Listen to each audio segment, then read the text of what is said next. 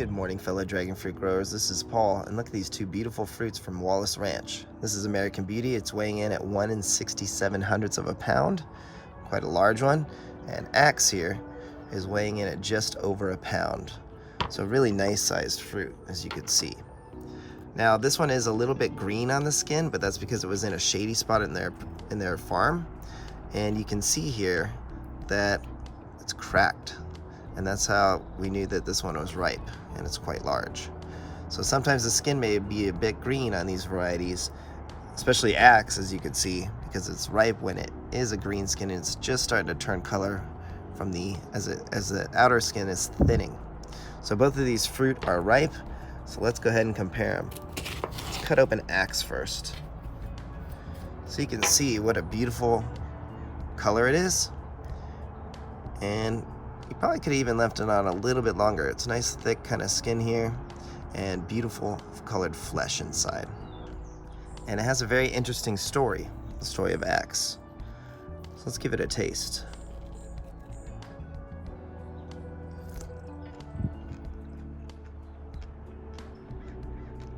And it's really unique. Kind of like a hint of banana. And I really like it. I think it's a good fruit. It does have an interesting finish.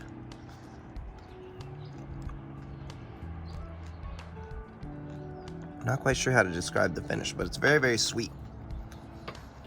So that's Axe, which is an Edgar Valivia seedling, Asunta unknown pollen source. That's what X stands for. Let's cut open this large American Beauty, which is the Wallace Ranch American Beauty. And look at that. Beautiful fruit. You can see it's definitely, the skin is getting a little thin here, so it's definitely really ripe. And let's give this monster a taste.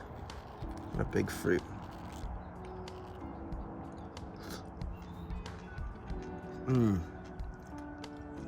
Delicious.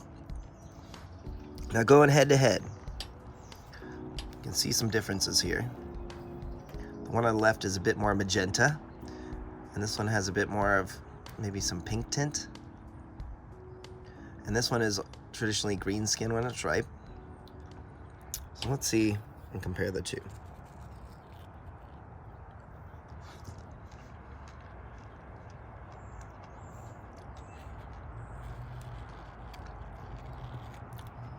Seeds are bigger in this one, as you can see.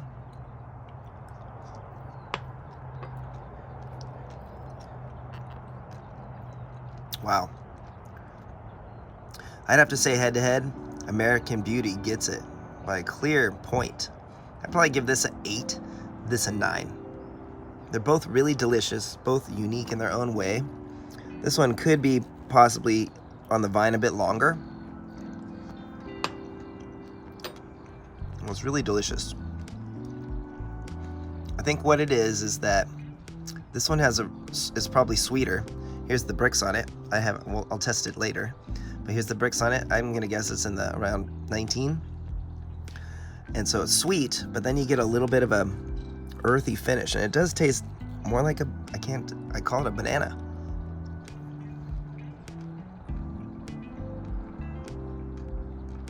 It's definitely sweeter, but something about the finish is not as good as this one. Or there's something about this like acidity and sugar in American Beauty. I think this could be a G2 style of American Beauty in my personal opinion, based off of some things I've learned over the years. It's definitely their Guatemalans. But this is definitely a winner. By a point, for sure. I give this a 9. I really enjoy this fruit. It's one of my favorite. Look at the flesh to seed ratio. I mean, look at the amount of flesh right here. Hardly any seeds at all. And that is what makes a dragon fruit the best, in my opinion. That's something I really look for in a fruit. But there's no hate on Axe. Axe is really delicious as well. And you know why Axe probably would be a tie? Is because it should probably earn a point for its flower. It has one of the most beautiful flowers of any dragon fruit varieties, in my opinion. It's red, reddish purple. So my axe at my house should bloom next season, so I look forward to sharing you and show you that. So give us a like and a subscribe. Have a great day. Thanks for watching, and hopefully you could enjoy some of these fruit soon. Good morning, fellow dragon fruit growers. This is Paul, and today I'm going to end Arizona Purple's misery. You can see it produced a flowering fruit from cutting. It's very loose, and it could probably sit on there a few more days and get sweeter, but I think I'm going to let this thing recover. So I'm going to prune it off right here, put this in the fridge, and give it a taste and weigh it. And let's see what type of brick score a cutting can produce. I don't expect much, but we'll see. Okay, so here's the first fruit of the season, Arizona Purple. As you can see, it came from a 2-foot cutting, 25 inches. It weighs 99 grams, or 0.2 of a pound. And let's check out its brick score right now. So still a beautiful color. And again, this is, they say, the same thing as Sugar Dragon. It does appear to be almost identical to Sugar Dragon in my opinion. And let's see what this little guy can bricks. I'm excited to see the score. This is my first fruit of the season, and not what I expected for sure. Did not expect to have this as my first fruit. Okay. Go. And go ahead in the comments, write down your prediction about what you think this fruit will bricks at. What is the value going to be? Now, to get the highest score, you want to get right in the center of the fruit. That's where it's always the sweetest. And you don't want to cross-contaminate your pipette. So you want to make sure you use 2 separate ones. One for the water and one for the juice. Need a little more. It's pretty juicy. Not bad for a little cutting.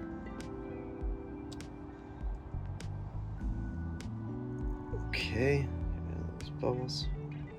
We do not really want those bubbles. Okay. Now it's a little bit light out, so I'll cover this. Let's see. Wow. 17 3/10. That's impressive. Okay, Arizona Purple. Wow. Way sweeter than I imagined it would taste. Now, this is probably the one variety. Arizona Purple, Sugar Dragon, Voodoo Child will probably produce a sweet fruit from a cutting. But this is delicious. And it tastes just like the Sugar Dragons I've eaten before. So who would have thought that, man, that's good. Who would have thought that a 25-inch cutting could produce such a sweet fruit? Again, over 17. Now, be aware that Sugar Dragons do bricks into the mid-20s. My friend's plant is bricked at 28. So there you go. Give us a like and a subscribe. What a way to start the season. It's pretty random, but it's delicious, that's for sure. Good morning, fellow dragon fruit growers. This is Paul, and you can see here that this Orejona has passed the wiggle test and it was ready to eat. So I put it in the fridge for 24 hours, and here it is now. And you can see it's just under half a pound, or 222 grams. Now, I do like to call this one Linda's Orejona because it looks, in my humble opinion, slightly different than the UCNR research station's Orejona, just slightly if you look at the spines. And I've even collected a few different ones that look similar to the Orejona style as well, and you can see that there are some differences. Linda's is on the right, and it even has that beautiful little flower bud. So it has more golden spines in my opinion. Now you can see that the fruit is oblong in shape, and according to the research it won't bricks higher than about a 16. So let's see how this one does. It's been on the vine for over 50 days. I didn't record it. Just did the wiggle test, and there you go. Beautiful red fleshed fruit on the smaller size, but it looks delicious. Nice and definitely nice and moist looking. So let's pull out that middle and see what the Brix score is, how much sugar content is in this dragon fruit.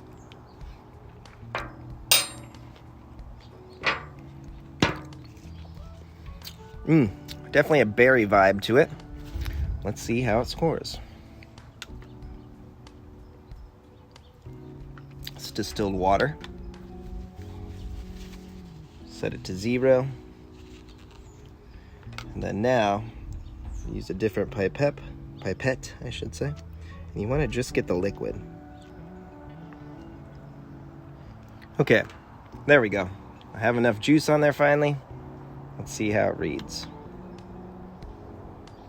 So 14.5. So definitely on the lower side of fruit, but this is its first fruit, and Brix isn't everything. So this plant will probably increase in time, but again, it won't really get above a 16 from what I've read or heard.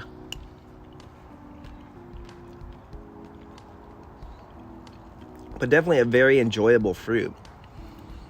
In my opinion, I prefer this over any white I've eaten so far. It's got a nice berry vibe, kind of like a tart raspberry. And the texture is really soft. It's not like El Grullo where it's thicker or denser, like almost like a beet. This one's just like a beautiful kind of mixed berry flavor, in my humble opinion. Gets a bit more tart on the outer edges, but the inside is the sweetest part. And I guarantee when this plant matures a bit more, it will put a higher Brix score. I bet we could maybe get a 16 or 17. Oh, nice sized fruit. Should talk about the exterior. It's very beautiful, long bracts. Pretty color red on the outside and on the in. So there you go, Linda's Orejona, a delightful red flesh variety, native to Nicaragua. And the biggest bummer about this plant is that it's quite spiny, but it does tolerate full sun really well. Good evening, fellow dragon fruit growers. This is Paul, and look at this. We have red Jaina. Now, I cross-pollinated the flower 43 days ago, and now we have this beautiful fruit. I'm excited to try it out. I'm going to guess it's about a pound, and I think it's going to be delicious. Now, it did pass the wiggle test, as you could see, so it's definitely ripe. So let me put this in the refrigerator, and let's go give this a taste. So red Jaina is 386 grams, or 85 hundredths of a pound, which is a great size. Now, this is a Hylocereus polyrhizis hybrid. You can see the difference in the fruit compared to this, which is a Hylocereus costarricensis hybrid. A little larger. This fruit's about 1 1/3 pounds. So I'm really excited to taste red Jaina. I'm really excited to see how it scores on the Brix refractometer. So let's just do it. Let's give it a cut. And let's see what it's made of. Really beautiful red flesh. You can see the skin's a little thin here, which would be bad for commercial growing because it would damage easily, see? So definitely a good fruit for a backyard grower due to that thin skin. And it is a bit more purple than it is on film. Remember, you can kind of see the best color of the flesh off of the blade of the knife. So that's what color the flesh is. So magenta red. We're gonna go right in the middle for it.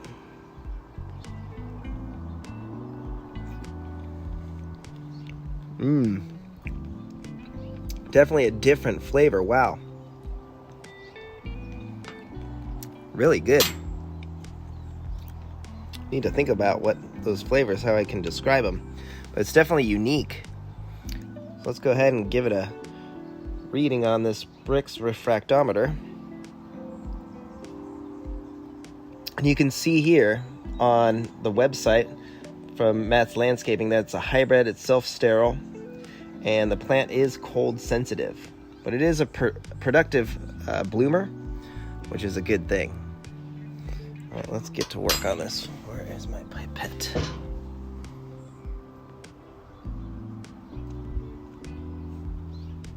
All right, so zero it out.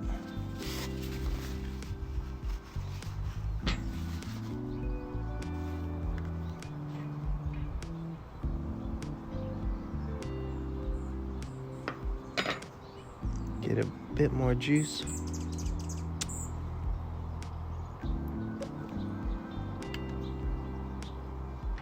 So at 18.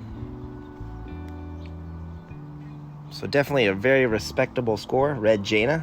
That's the higher end of the red varieties in Brick score. Remember, Brick score isn't everything. Just because it doesn't hit 20 doesn't mean it's not sweet. It's definitely a very unique berry vibe, but not raspberry.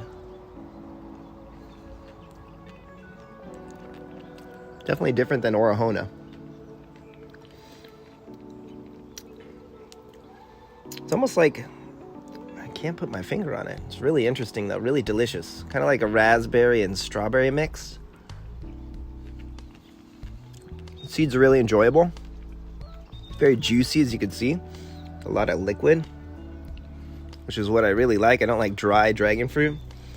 And again, this is another red flesh variety that's just superb.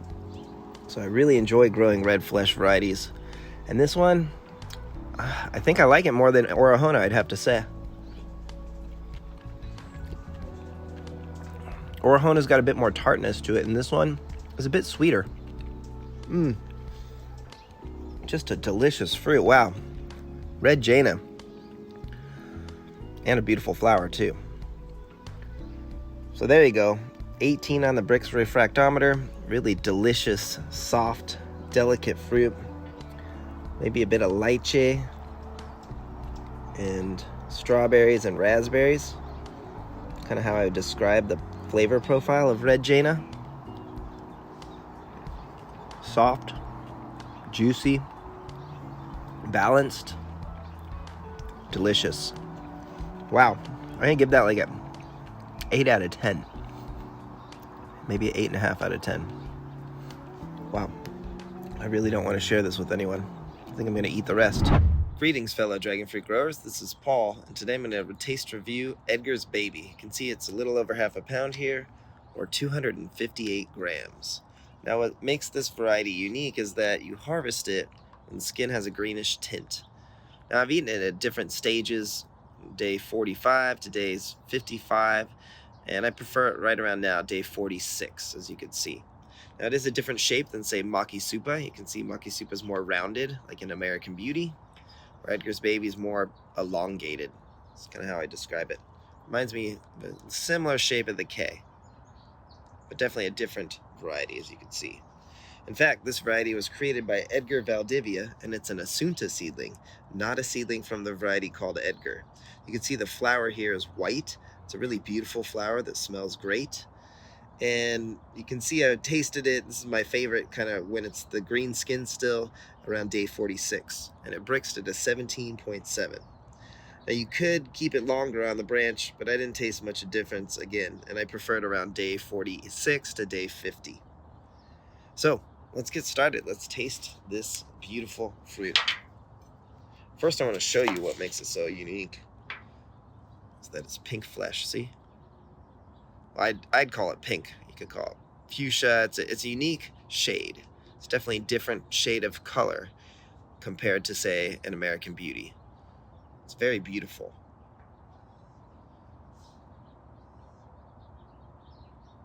So, this tastes a bit like different Asuntas to me. A little bit of Axe is kind of what it reminds me of, but it's definitely different. It comes off as really sweet right away. And then the seeds are a little earthy, which is probably the only drawback I can think of, but I enjoy it. I think it's a great fruit.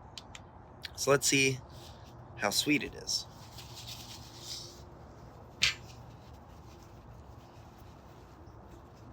Now, I haven't had it test above 18 yet, so we'll see how it does today. It's definitely really juicy, as you can see, and I really enjoy this fruit. Although I believe I need a bigger one of these, or I should say a smaller pipette. There we go.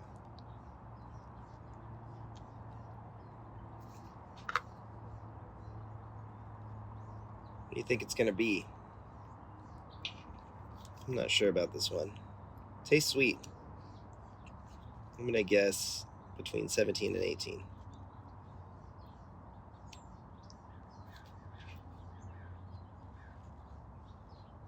Probably should use a strainer one of these days.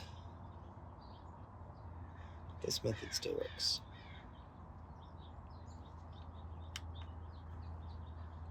And it's 15 and 7/10. But you did see I've tasted it higher. But even at 15 and 7/10, it tastes really sweet to me. It's really enjoyable. I also like to refrigerate them, which I learned does slightly change the profile or the flavor. Well, that's how I like to eat it. I'm going to give this a 7.5 out of 10, which is a respectable score. I see these going for quite a bit of money. The cuttings, I don't think they're worth it. You can also get these. They've been tissue cultured, and you can find Edgar's Baby at big box stores like Walmart. I've seen them at Home Depot before, different nurseries. So Edgar's Baby is not a rare variety. It's definitely out there. This variety was tissue cultured. This specific plant, from when I bought it, came from Monterey Bay Nursery. I believe not Monterey Nursery, one of those. I can't remember what it said. But either way, popular nursery, and this is a delicious fruit. So there you go, Edgar's Baby. Greenish skin, and a beautiful, delightful, lovely texture. Nice sweet fruit. And again, it's slightly earthy in my opinion, the seeds. That's why it gets a 7 out of 10. But if it's a dragon fruit that I can finish the whole way, it's definitely a 7 and above. So I would recommend Edgar's Baby.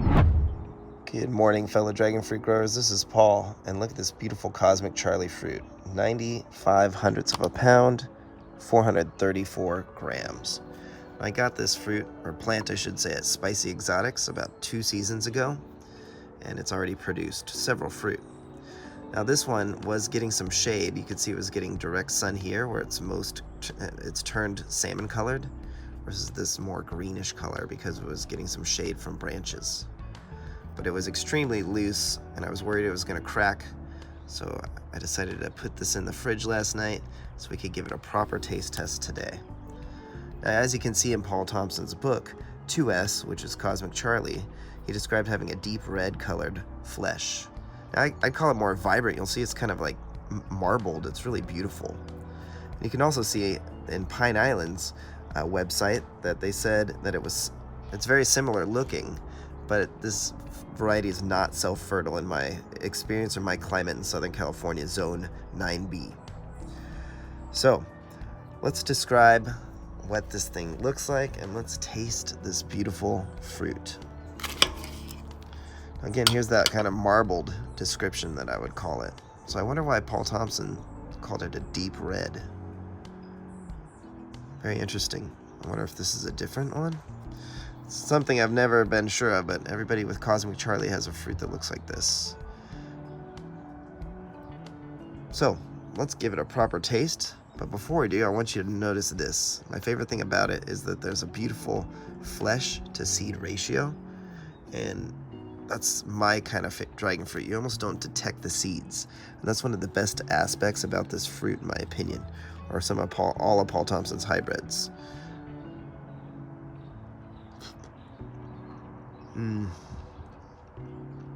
Like a sweet grape, melon, and kiwi. Really delicious. All right, let's give this a proper Brix refractometer score here.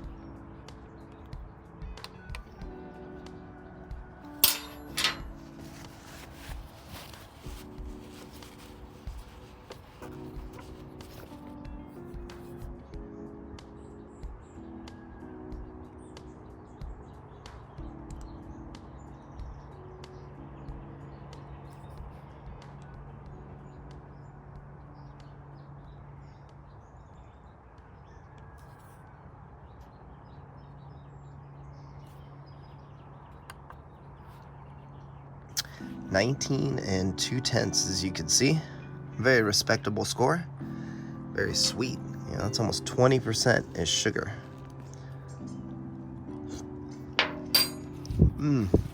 That was really sweet. I'm gonna go ahead and give it another quick retest.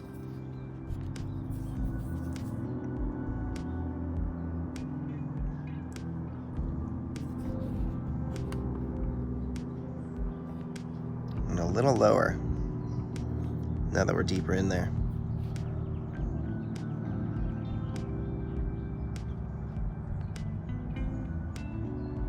So just a delicious fruit. I mean, how do I describe this? Sweet, smooth, juicy. I mean, I would eat this any day over that Valivia Rojas I tasted yesterday. There's just no comparison. Honestly, I think that Paul Thomson's hybrids in his series are just some of the most underrated fruit. People go crazy to buy these exotic varieties where this is one of the best fruit of the season. Now, I would say Dark Star tasted a little bit better, in my opinion. But this thing is just delicious. Give it an 8, 9 out of 10, something like that, 8.5. I mean, I could just eat this every day.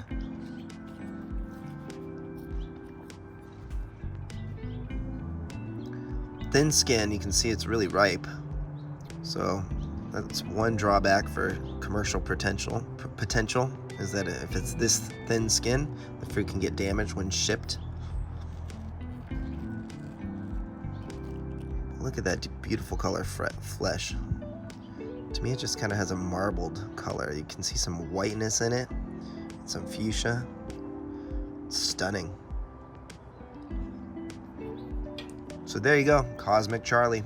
Beautiful variety by the late, great Paul Thomson. Greetings, fellow dragon fruit lovers. This is Paul, and look at this. This is Seoul Kitchen White. I should mention it's split. So let's compare 3 fruit and see which one's the best. So that one's Seoul Kitchen White.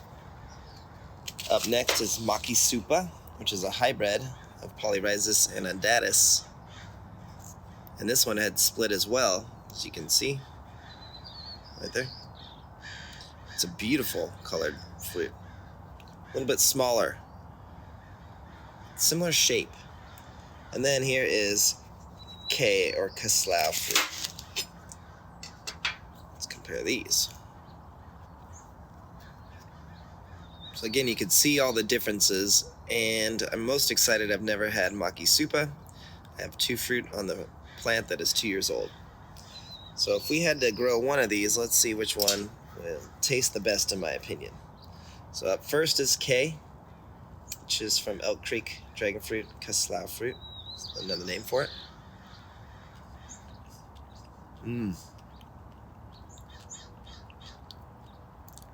Bit of tartness, balanced, but a delicious fruit. Tastes like raspberries to me. Seeds are a little earthy, but balanced. I picked it a little early too. You can see it was just turning color, and see how thick the skin is. So it's not at its peak flavor. I kind of like to eat it when it's tart like that. Something I enjoy. Compared to a white flesh variety,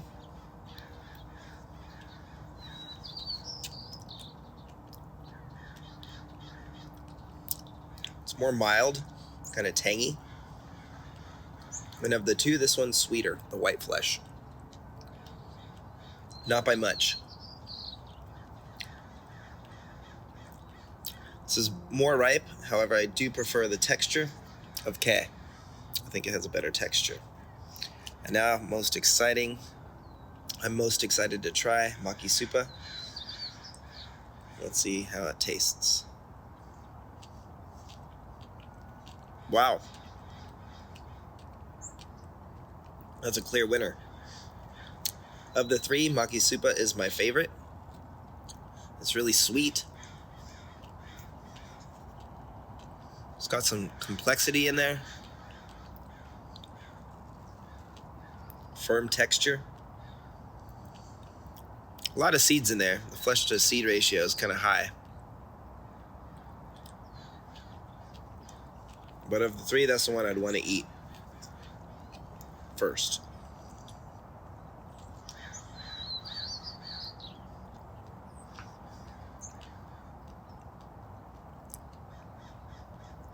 This one would be better if it was more ripe. Needed about a week or so more on the plant. 5 days or so. So, Makisupa, or the hybrid, is the clear winner here. I really think it's delicious fruit. I'll do a review on the other fruit very soon. Give it an official brick score. But you can just see the differences between these varieties. Just how unique they are. Which one do you think is the prettiest in your opinion? I'd love to hear from you. Let us know in the comments. Which one would you want to taste if you had the opportunity to taste any of these? Okay, thanks for your time. Give us a like and a subscribe. Have a wonderful day. Good morning, fellow dragon fruit growers. Look at this dark star. It's just under 1 1/4 pounds, or 554 grams. So what a beautiful fruit. Look at this. Paul Thomson's 9S. Now you can see here, it was renamed by Pine Island Nursery, but before that, Paul Thomson recorded having a unique flavor, and the flowers were unique with stigma lobes, split ends, and it was bifid. So the flower is unique on this variety compared to its seedling sisters. He also labeled it as having commercial potential. You can also see the flower here. It's a photo I took, and my source is from Matt's Landscaping. Now the website's been taken down, but I recorded it before it was taken down. I took some screenshots, and there's some mistakes on here. It's not self-pollinating. It does need to be cross-pollinated, and it is correct. He is right. The fruits do get 1 1/4 pounds, just like here. And they recorded saying that it has mild grape flavor, and it's sweet. So let's see for ourselves. I'm really excited to cut this open. Look at that beauty. Now they call it dark star because it's a little bit darker, the flesh, than some of its sister seedlings. Beautiful. Skin's a little bit on the thin side, but this thing's also really ripe, it looks like. So let's give it a shot. It's a really nice textured fruit. Wow. That's delicious. Really, really good. Okay, let's check out the brick score. See how much the sugar content is. Wow. It is kind of like a mild grape flavor. Really sweet. Sweet grapes, in my opinion. This definitely tastes like one of the sweetest so far that I've tasted this year. Oh, wow. Let me just get a little bit more of the juices here. And you can see the amount of flesh here. The ratio of the flesh to the seeds is just amazing. What delicious texture.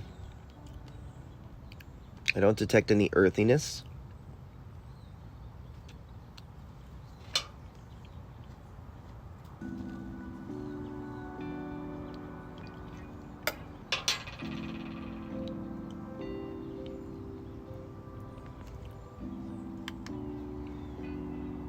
We're at a 19 5/10. Very respectable score. I'm going to take one more reading before I dive into this fruit, just to see if there's any differences. And again, you always want to take your reading from the same spot. You can see I'm doing it right here in the center.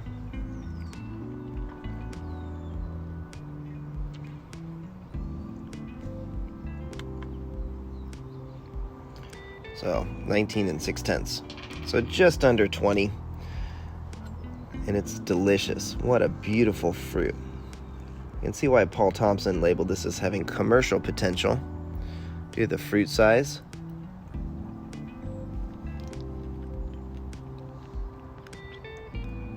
and the overall flavor, I'm gonna give this a 9 out of 10. This is just delicious.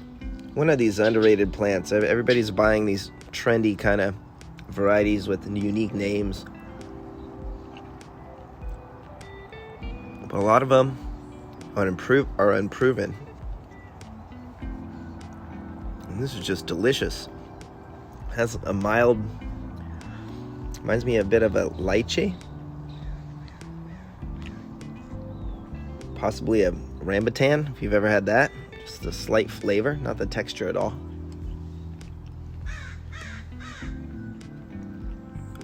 Easily one of the best fruits of the year. So there you go, Dark Star 9S, one of Paul Thomson's hybrids, and I'm giving it a 9 out of 10. Delicious fruit. All right, give us a like, subscribe. Thanks for your time. Have a wonderful day. Take care. Good morning, fellow dragon fruit lovers. This is Paul, and I'm with some of my favorite fruits here. This is Laverne Pink, 1 1/4 pounds, versus Dark Star, which is 1 1/3 pound, as you can see. So Laverne Pink was actually mislabeled as a Laverne Red, and I think it's a seedling. As you can see here, look at the stem. It's definitely interesting looking, and it's more spiny than some of the other Laverne Pinks I've seen out there. And here's a picture of the flower that you can see as well. Now in time, this will get larger. The plant's young, so we'll see what it becomes. But here it is. This was my favorite fruit last season. And look at that color. It's beautiful. Wow. Versus Dark Star, which is going to be a little bit different color, but still equally beautiful. Okay, I'm really excited. This is my only fruit off of Laverne Pink that I got last year, or this year. So let's see how it tastes.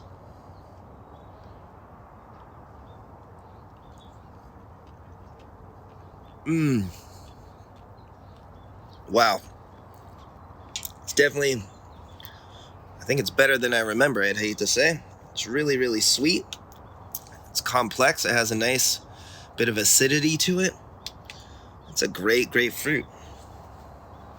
All right. I'm going to predict it's up near the 20s at least. So let's see.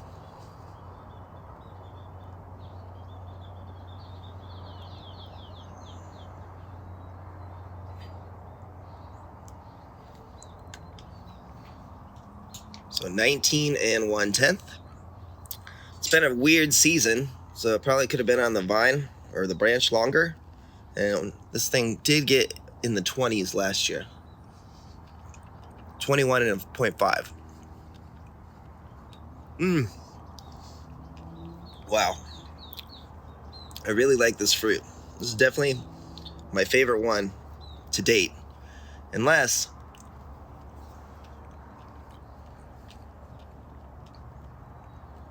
this beautiful Dark Star does better.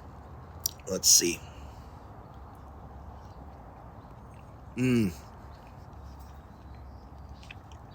That's really hard to pick. I think I'm gonna have to call it a draw. I mean, it's delicious too. Very different flavor, more like a grape. And the better texture. I would say that the texture of Dark Star is slightly better. I prefer it. Let's see what the brick's sugar content is.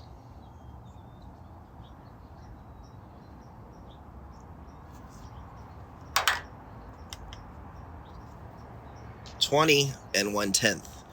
So this large Dark Star, it took the Bricks Award. What about flavor? Let me try one more, because right now it's honestly a draw, but these are my two favorite dragon fruit for sure.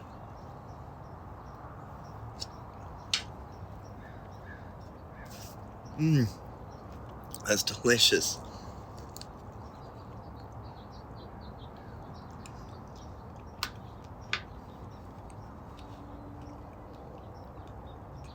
That's delicious too. I'm gonna have to say tie. They're both unique. They're definitely different. I'd say the texture of this one takes the cake, and it's slightly sweeter, as you can see. but this one just has, kind of bounces you all around. It's very sweet. The texture is really nice too. The seed to flesh content is really great.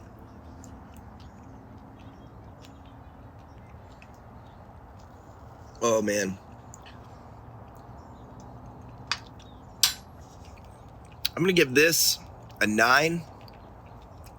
This a 9.1. It's that good. Last season's what's a little bit better.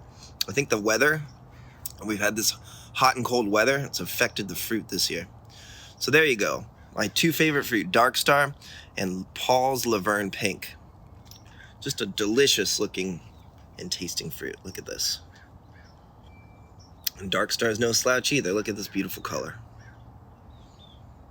All right, give us a like and a subscribe. Thanks for your time. Have yourself a wonderful day.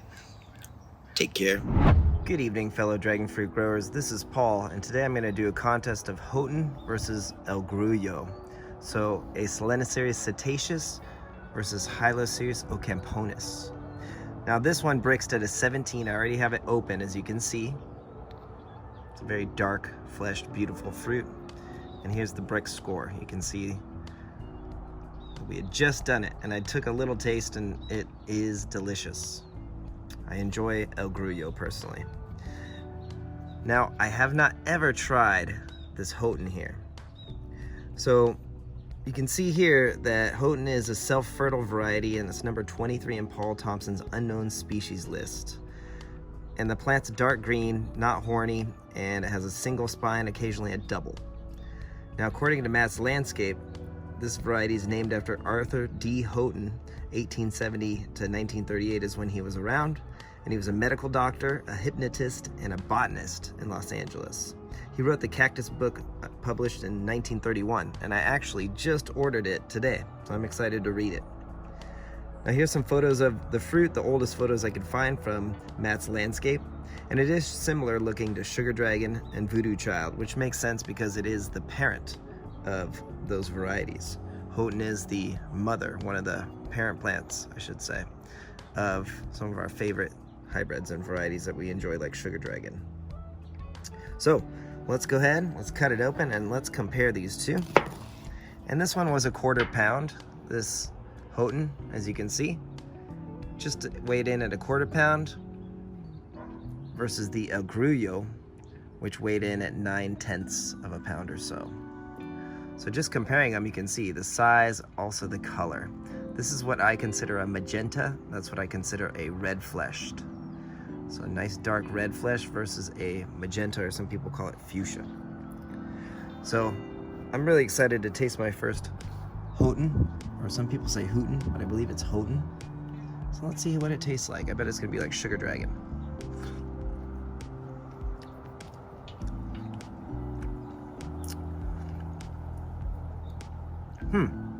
Sugar Dragon is definitely improved. If you have to pick one, I'd go Sugar Dragon over this variety. I can tell you it's a little bit, it's not earthy, it's like green.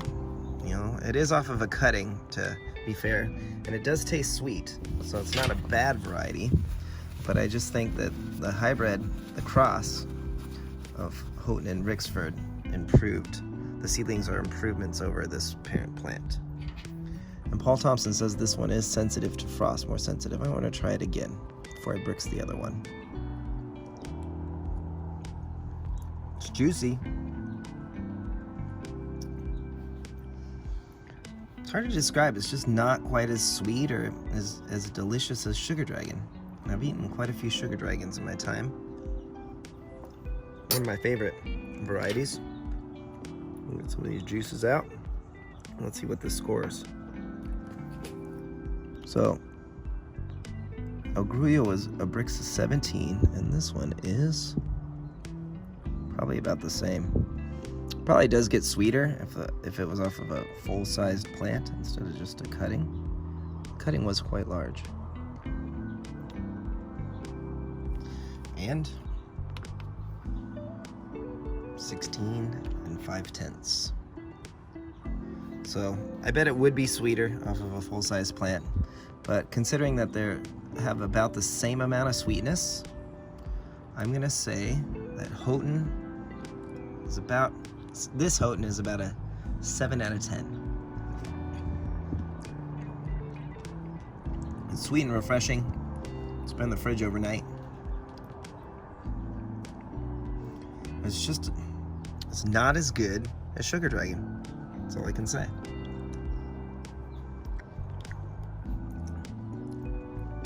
It is good though. So 7 out of 10. This is O grullo. So Hyloceus ocamponus, much different. You can see the skin is nice and thin. It was on the plant for about 46 days, maybe a little bit longer, 46 to 48 days. I didn't keep track. I was out of town. And this fruit is less dense than the one I reviewed last year. Maybe because it's a bit more ripe. But I do not detect beets, like people say. Earthiness, yes. The seeds taste earthy to me.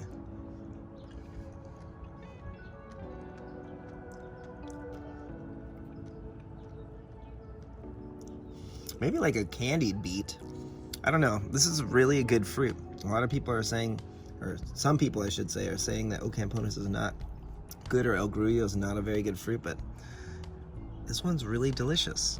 And it's definitely better than the one I tasted last year. So maybe a little bit longer on the plant help improve the flavor. I really enjoy this. Out of the two, I can give this like almost a 7. Out of the two, this one tastes a little bit like maybe vegetable-y, I guess you could say, or earthiness. And this one almost tastes as good as Sugar Dragon, I guess is the best way to describe it. So going back to back, I'm gonna select Houghton as the winner.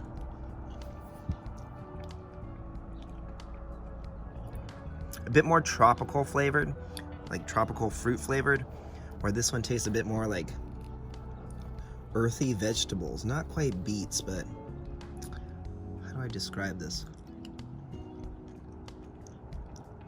Denser texture, mild flavor, mild berry flavor, mild berry and beets.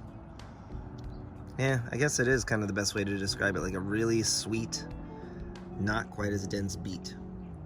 And I know that doesn't sound very appealing, but it's a good fruit. It's definitely a keeper in my collection. So there you go. Give us a like and a subscribe. Thank you so much for your time. Which one would you rather eat? El grullo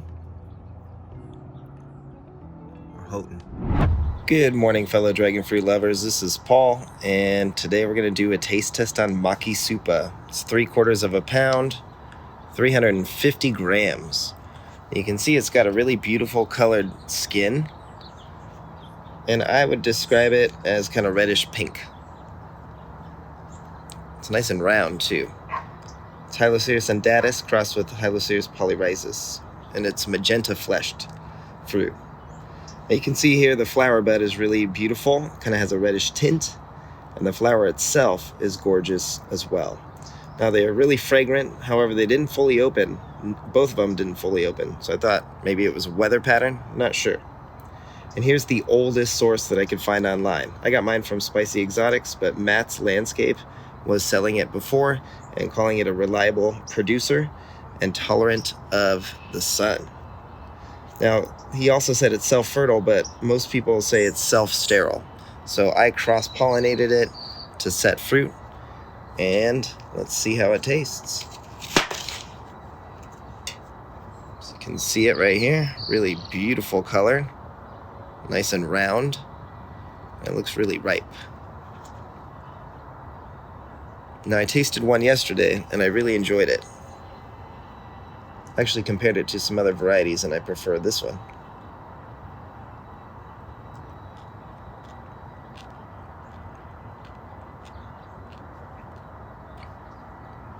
Really delicious.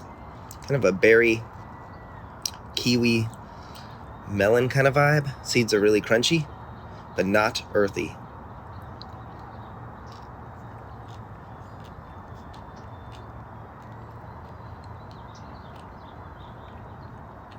I really like this fruit. Let's give it a score. And check or I shouldn't say give it a score. Let's measure its sugar content.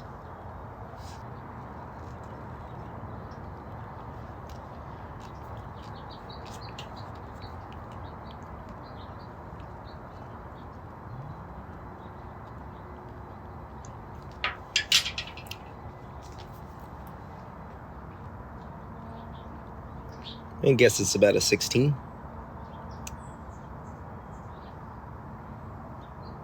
Maybe a 17. There's plenty of juice in this one.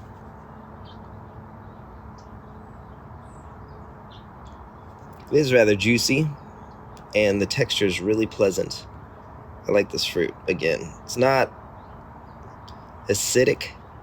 I would probably take a American Beauty over this, or G series, a Guatemalensis, 16 2/10. Very respectable. And I generally like to eat anything above maybe a 14 or a 15. Anything under 15 is kind of not very enjoyable in my opinion.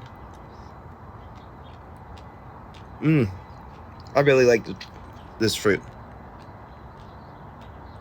The color, the flavor. In terms of dragon fruit, I'd call this kind of mild. It's not bland, but it's more on the mild side. You know, when you get different melons, and sometimes a melon's very flavorful, other times it's a bit more on the bland side. It's like a really toned down red variety. So there you go. Makisupa. I'm going to give it a 7.5 out of 10. It's a good fruit, but there are definitely better fruit than this out there. Good morning, fellow dragon fruit growers. This is Paul, and check out this Valivia Rojas, 0.62 of a pound, or 281 grams. Now you can see here that the branches of Valivia Rojas are very, very unique. And unlike some may think, this is actually not named after Edgar Valdivia, but it was collected in Jalisco State in Mexico. And I believe it was found at some ranch, a Rancho Valdivia, or something like that. But anyways, you can see that the bracts are kind of smaller, and the fruit is a very interesting reddish color. Now it did kind of turn a little bit yellowish before it ripened, but several Ocamponis do that in my experience. Also, you can see, look at how stunning the flowers are. It's one of the prettiest flowers of all the dragon fruit, in my opinion. It has reddish bracts, and you can see also that it has beautiful, beautiful outer petals, and there's like yellow stripes on a few of them. It's stunning, and I really find it interesting. In addition, you can see it's one of the 20 dragon fruit varieties that have been evaluated by UCCE, or the Irvine Research Station, and it was labeled to have a decent sized bricks, a decent brick score, I should say. So let's get to it. Let's check this thing out. This is Sugar Dragon and Voodoo Child, by the way, just for size comparison.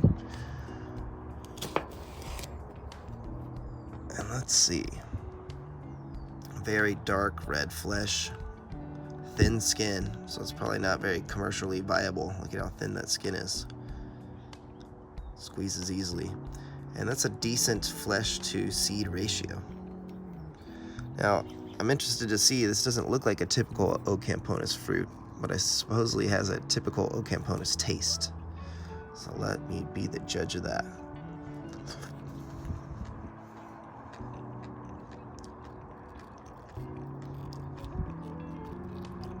It is dense, but not as dense as El Grullo. It's definitely a little earthy. Tastes much different than El Grullo. Definitely tastes different. Well, let's see how the brick score is. Definitely not my favorite, I'll tell you that. It's not bad, but I think I'm growing it more for the flower. I can honestly tell you that. I'm gonna give it like a unofficial like 5.5. So that's where I'm at right now. I'm not gonna be looking forward to eating this entire thing, to be honest with you. So take that into account before you spend a bunch of money on a Valivia Rojas cutting. That is the first fruit on the planta in its defense, but it's quite sweet. Can't use that again, sorry.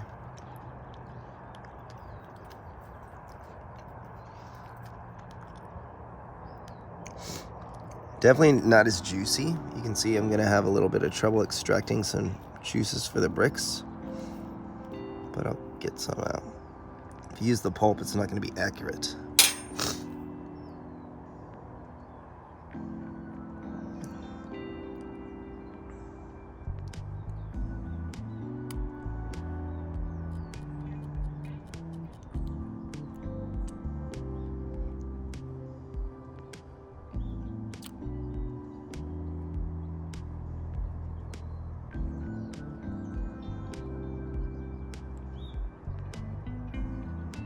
That should be enough for a reading. 16 6/10. Now, just to be sure, I want to give it one more.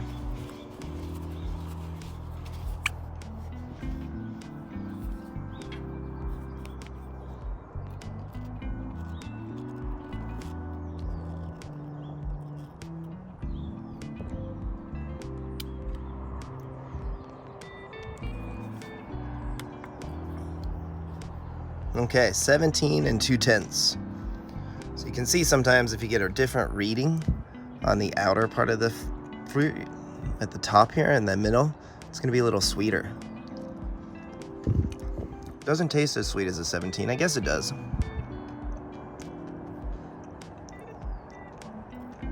It's not very juicy. Slightly, could be, I don't think it's overripe, but it's sort of, the texture's gelatinous slightly. Not necessarily a bad way. This was refrigerated for one night, and it's just not my favorite. I mean, it'd be good to have it mixed into some type of food, possibly like a salsa, but I'm gonna give this about a 5.5 out of 10. And right now I'm eating it just because it's sort of sweet and it's good for me. But ooh, there are many other dragon fruit varieties that you can enjoy besides this one. Texture is slightly dense, like a beet.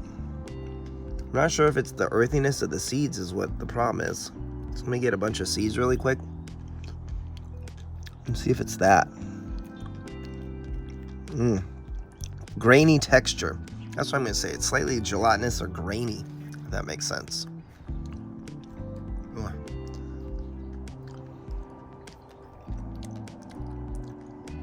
I'd be lying if I told you this is good and enjoyable.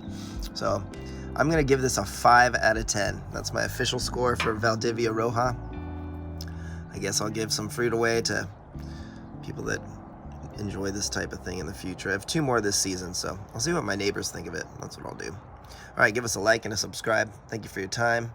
And grow this one for the flower and possibly to hybridize because it is kind of sun tolerant. But in terms of fruit flavor, texture, there are way better dragon fruits varieties than this. Greetings, fellow dragon fruit growers. This is Paul, and today Tricia and El Grullo are going to go head to head. El Grullo is Hyloceus ocamponus, and look at that, it's 1 1/4 pounds, where Tricia is a little smaller at 6/500 of a pound. Now, an interesting story, or I guess fact I should say, is that El Grullo is the parent plant of Tricia.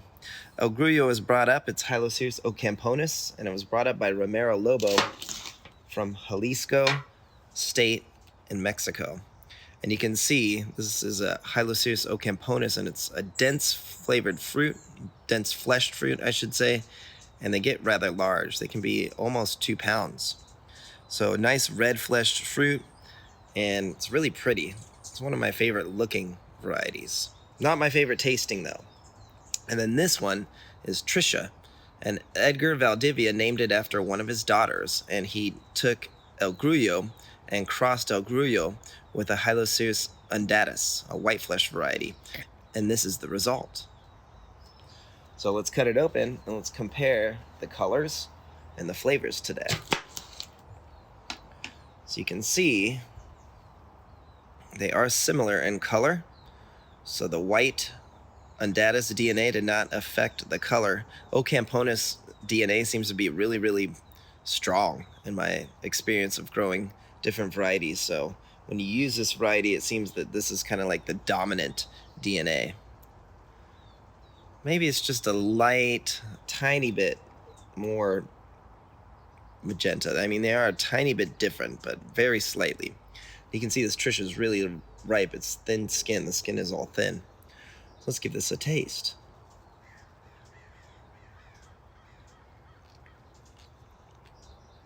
It's pleasant.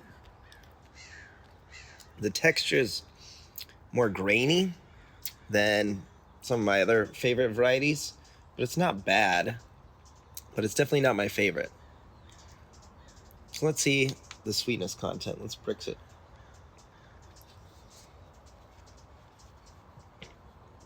And that's not that high, in my opinion. I can already kind of tell that it's just a 15 or 16, but we'll see. I could be wrong. It is sweeter the more each bite I have.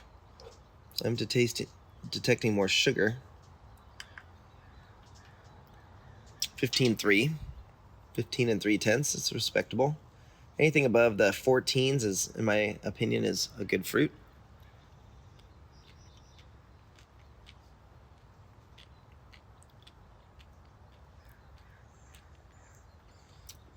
It's quite nice. It's just the texture is not my favorite. It's a bit more grainy. You know the difference between like really fine sugar and larger granules of sugar? It's kind of like that. Just more granular. No earthiness though. It's a really good fruit. Compared to, let's try the bigger half. El Grullo.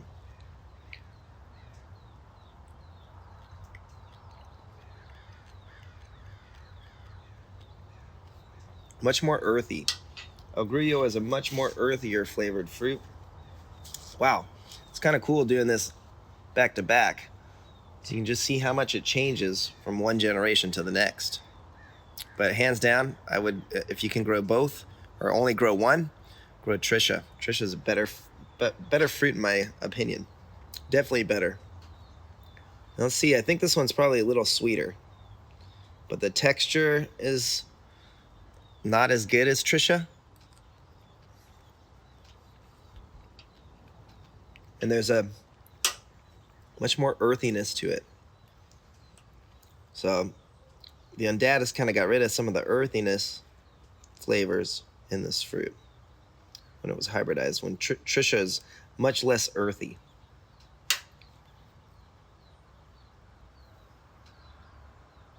Get one more. See, it's not as juicy as some of the other varieties I've tested. That's just kind of the nature of the beast, of the variety. So 16. So definitely very similar in sugar content, but the flavor profiles are so much different. So again, El Grullo is a denser fruit.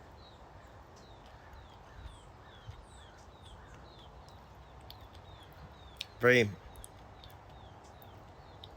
kind of grainy texture. It's the only drawback about Ocamponus. But it's not beady. That one is, there's no, I mean, it doesn't taste like plants or it's not very earthy. It's just the seeds are a little earthy. That's how I describe El Grullo. Where with this one, Tricia, the texture is just a little bit lighter. And the flavors are just much better.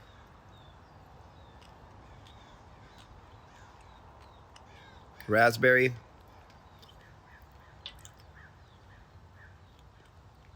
And the seeds are much less earthy. So again, if you're gonna only grow one, if you can only grow one, grow Tricia in my opinion, on the left.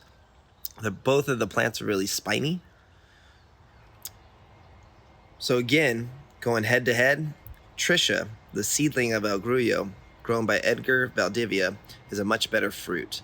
So hands down, I prefer this one. Give it about a 7.5 out of 10. This one I give about a 6.5 out of 10. Good morning, fellow dragon fruit growers. This is Paul, and this little fruit is Houghton. It's under a 1/4 pound and 85 grams, so it's on the smaller side for sure. You can see it comes from a really stunning flower. We did a time lapse of it, and the flower is similar to Sugar Dragon or 8S, but it's less red, it's a bit more green. It looks very similar. Now, another benefit is that it's self-fertile. Now, you can also see in Paul Thomson's book that the plant is labeled as being dark green with spines that are brown and black tip, and occasionally there'll be 2 spines. Now, here is the cutting that I acquired with the fruit, and I only see single spines. It's really mature, and Paul Thomson's book said it doesn't get horny, but you can see over time this plant did. And that's where it's the brown, different discoloration, I guess you could say, between these spines. So I would consider this slightly horny. See it right there? But sometimes, usually certain varieties will go all the way from spine to spine. But anyways, it does look similar to Sugar Dragon because it's the parent plant of 8S and 7S. All right, so it's also named after Arthur D. Houghton, which is a medical doctor / botanist, and he was a Los Angeles City Council member, and he had an interesting life from the 1870s until 1938. So let's get going on this plant. I should say fruit. Beautiful color. Much more round than the other one that I tasted versus El Grullo, but it definitely looks quite ripe. Skin is rather thin, so it's not the best for commercial potential. You can see the size of it is small and thin skin. So let's see how much sugar content is in this little fruit.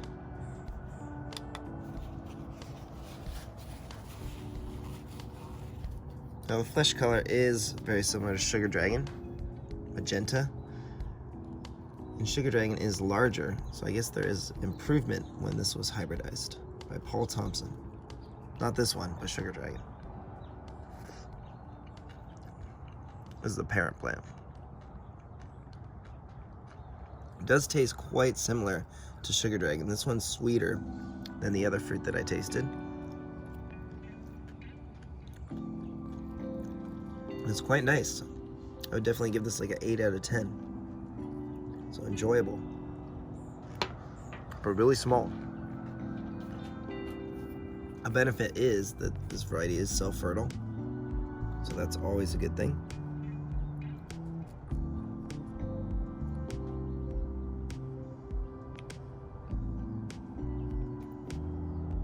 And mix. There we go. So 18 6/10. It's a very respectable score, and I think this fruit, I probably picked it a little bit early. These will get up to ½ pound. But wow, what a delicious variety. Houghton. I give this an 8 out of 10 for sure. Really enjoyable fruit. Not very earthy at all. Maybe the seeds are slightly earthy, but very minimal. Overall, just a sweet, delicious, moist dragon fruit. All right, give us a like and a subscribe. Have yourself a wonderful day. Thanks for watching. Greetings, fellow dragon fruit growers. This is Paul, and today I'm going to review Pink Panther. It's a little over a 1/4 pound or 125 grams.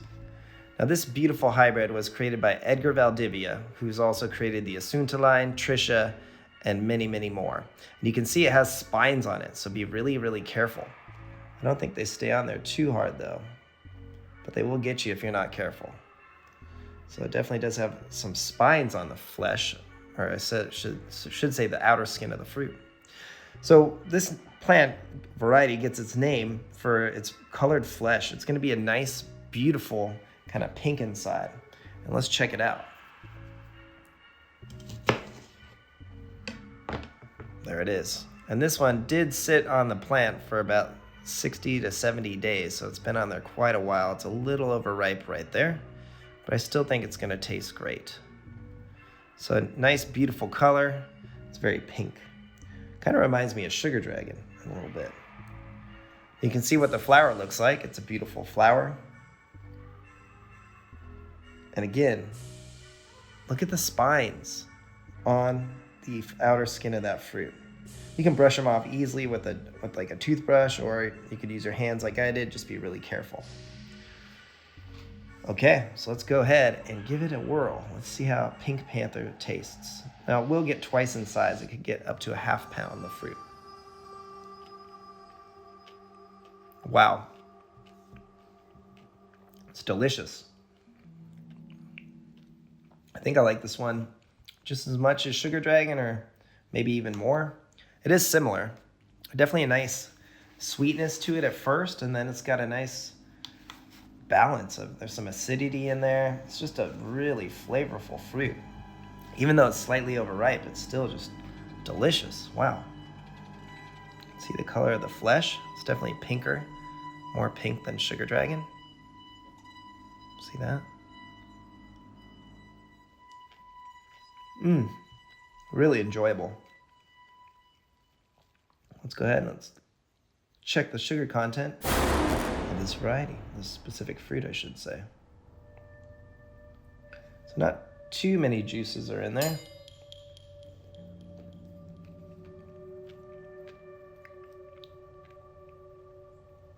There we go.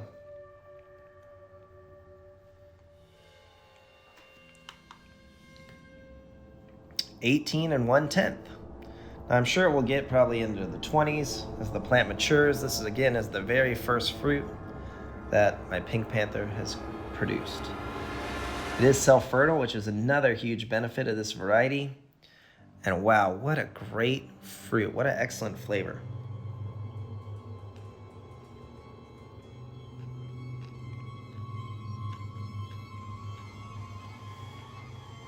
I find everything about this just really enjoyable. Okay, so there you go. This is Pink Panther, created by Edgar Valdivia. They get up to about a ½ pound, but they are definitely different than Sugar Dragon. I wonder if it's a Sugar Dragon crossed with an Undatus? I do not know. I don't think anybody knows what this was crossed with, but either way, it's a delicious fruit. If you can't have Sugar Dragon, go with something like Pink Panther. All right, give us a like, subscribe. Thanks so much for your time. Have yourself a wonderful day. Good morning, fellow dragon fruit growers. This is Paul, and this is K2, I was calling it, but I believe it's the wrong Maria Rosa. It's at 6/700ths of a pound, or 304 grams, and this one's split open, as you could see. So it was time to harvest it. Now, I know that the wrong Maria Rosa will brix into the 20s, and this one, it may have just gotten too much water and split open. But this plant in just 16 months has produced multiple fruit, and this one just brixed at a 17 4/10. So really delicious flavor, by the way. But let's do a formal taste test on this larger one that's split. It's a very interesting hybrid. And I'm not 100% sure if this is the wrong Maria Rosa, to be honest with you. I want to compare the fruit with some people that have that plant, but I know this came out of the same farm. So it's a really unique looking hybrid, unique shape, and it's an unknown hybrid of unknown origins. So let's give this thing a taste test and see how the brick score is.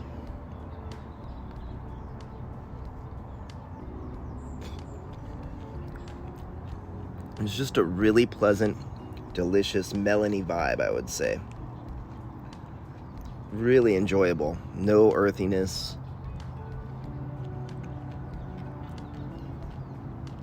Just a wonderful fruit. If you're wondering, this is Edgar's baby.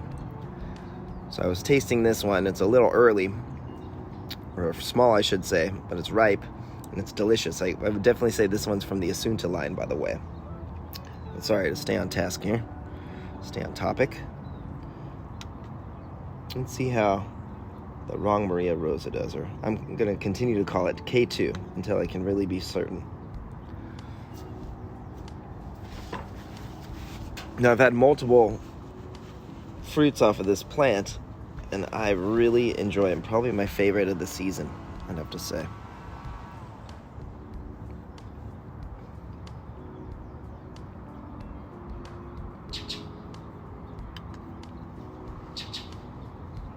And it's in the 17 6/10.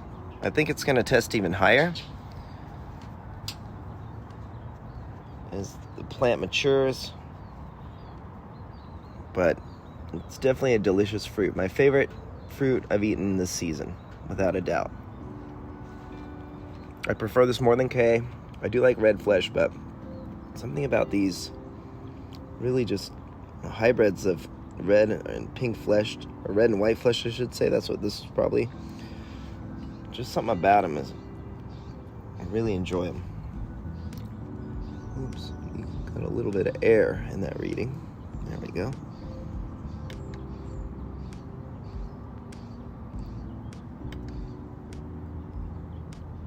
Okay, so in the 17s.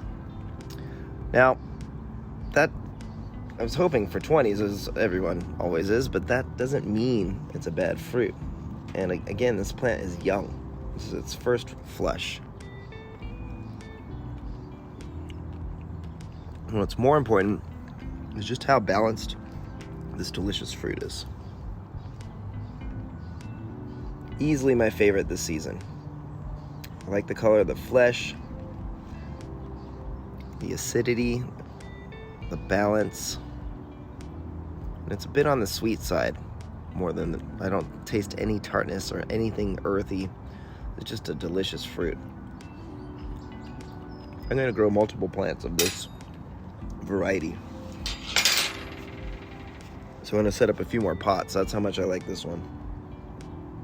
It's been really productive. The only bummer is it appears it needs cross-pollination. It's a little bit lower as you get deeper into the flesh of the fruit. So that's why I like to take the scores in the center, because it tends to be a little bit sweeter. So yeah, I'm gonna give this score an 8.5 to a 9. This is one of my favorite dragon fruit varieties that I've eaten to date, in my opinion, and I would like to share this plant. And I hope many people will enjoy this fruit in the future. I give it 2 thumbs up. It's awesome. Hopefully it'll get larger. From the pictures I've seen them get larger, over a pound. So there you go. Give us a like and a subscribe, and we'll continue to evaluate this plant. And I'm gonna go compare it with a few fellow growers to make sure. I mean, I know where this plant came from. I picked it off the mother plant, but I just want to confirm that this is the same one, because that farm has some unique, different plants, or had. Most of them have died over the years. And so we'll continue to evaluate these wonderful, wonderful fruit. All right, take care. Greetings, fellow gardeners. This is Paul, and today I'm going to share my experience with this interesting dragon fruit that I got from my friends at Wallace Ranch. Now you can see this is not photoshopped like some people implied. This is something that does occur every now and then. This is the only branch that turned into a fruit at Wallace Ranch. So out of 20,000 pounds of dragon fruit, this is the only one. And they weren't 100% sure, but they thought it was delight. So I'm really excited to do a review on this fruit. It's very interesting to me. And I guess I'll try to save this branch just for fun. So look at that. A little bit of the coloring of the ripeness into the flesh of this. So I'll try to root this just to see what happens. I find that really interesting. Wow, how cool is that?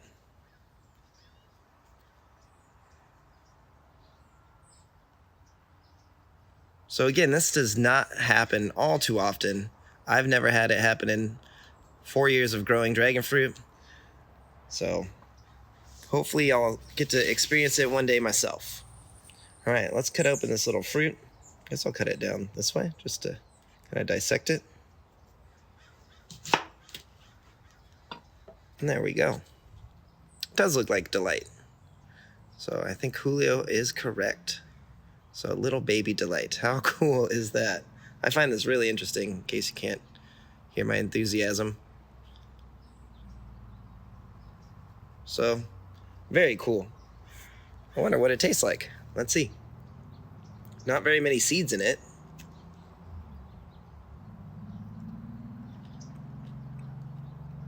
Wow. It's delightful. Might as well check out the bricks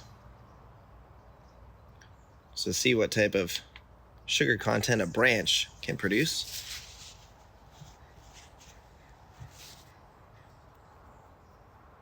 It's definitely really ripe, really juicy. And I guess the only difference I see here is that there's not that many seeds.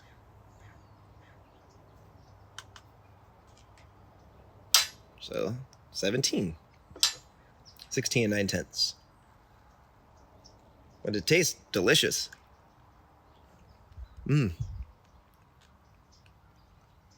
Especially for how small it is. But I do find that really interesting that it's just almost all flesh. There are not very many seeds. It's really juicy too.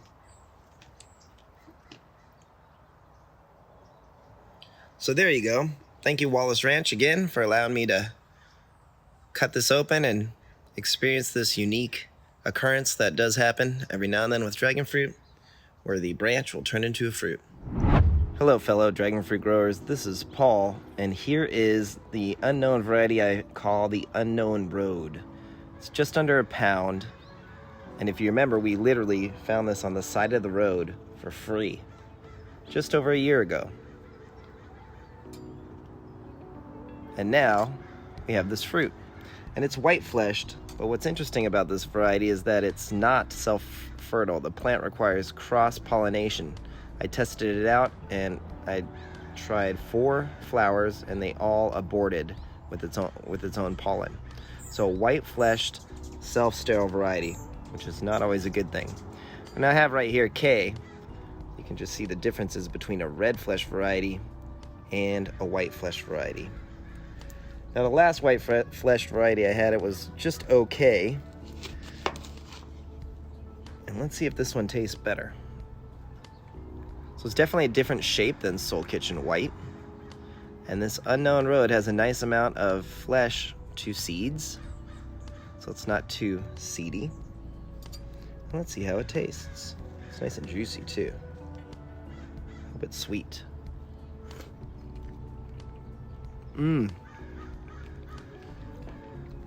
This one is 100 times better than Soul Kitchen. Wow, this is really sweet. We need to brix this. This is the best white flesh variety I've tasted to date. And who would have thought we found it free on the side of the road? Wow. This is a really sweet white. Let's see if I'm right. Let's see if the Brix refractometer agrees. Again, this checks the content of sugar, the percentage of sugar in the sample. And you want to use the liquid, not solids, otherwise you'll get an inaccurate reading. All right. Score is a 17.8. I would have guessed it was 18 or 19.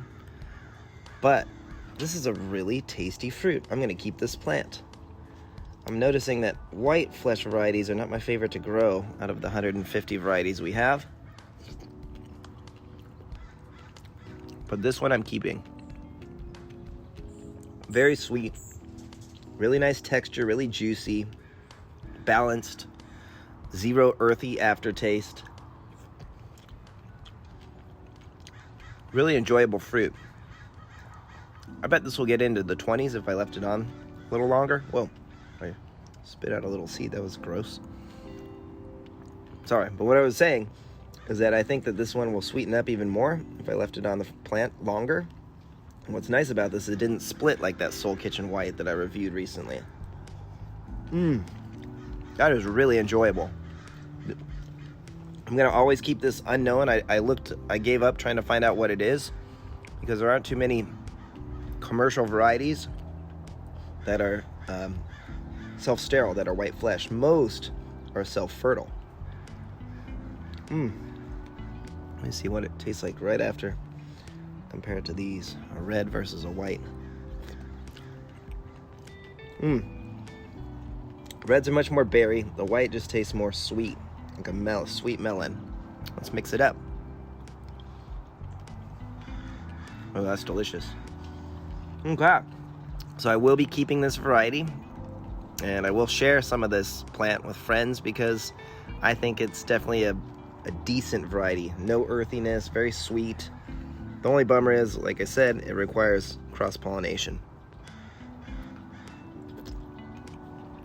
All right, I really like this white variety. Good morning, fellow dragon fruit growers. This is Paul, and today I'm going to do a review on the Wallace Ranch Maria Rosa. You can see it's close to 2 pounds, or 869 grams. Now it's quite large, and it did have a little split. And so I asked them if I could do a review, and they are nice enough to allow me. If you want to buy cuttings of this, you could get it at their website right here. So the story behind this beautiful fruit is Linda from Elk Creek Dragon Fruit had a friend that had some dragon fruit, and Linda grew it out and evaluated it, and it was a great, delicious, pale pink fruit that is self-sterile. But you can see it's a delicious, beautiful, large, pale pink fruit. So this is the real Maria Rosa. So excited to see what it tastes like. And that is really, really sweet. Wow. That's much sweeter than the ones I've had in the past. Let's go ahead and give it a brick score. It is nice, beautiful, and round, and really, really large. What a delicious fruit. You can see what I mean by pale pink. It's just ever so slightly pink. Okay.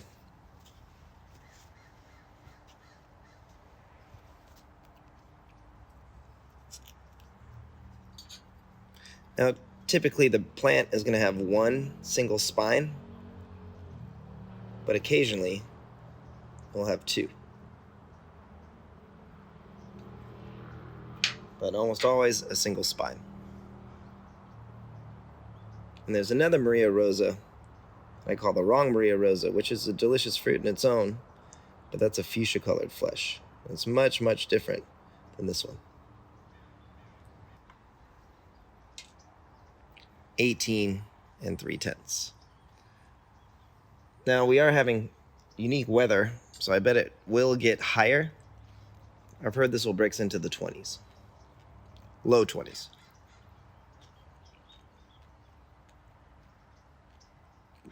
In my opinion, this is really, really sweet, lovely texture.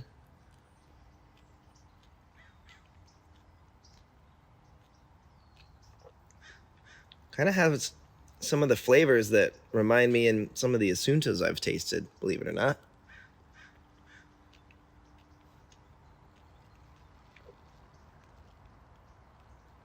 This is a delicious fruit. I would give this a 9 out of 10.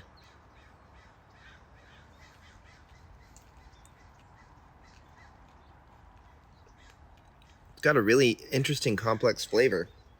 Definitely different than a white flesh variety. I prefer this over any white flesh variety I've had to date.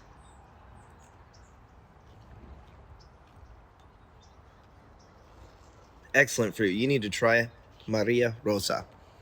Now, friends of mine recommend using this for a rootstock as well. They say it's an excellent rootstock. So there you go. Maria Rosa. Definitely a wonderful variety of dragon fruit. Even though the brick score was under 20, that's not everything.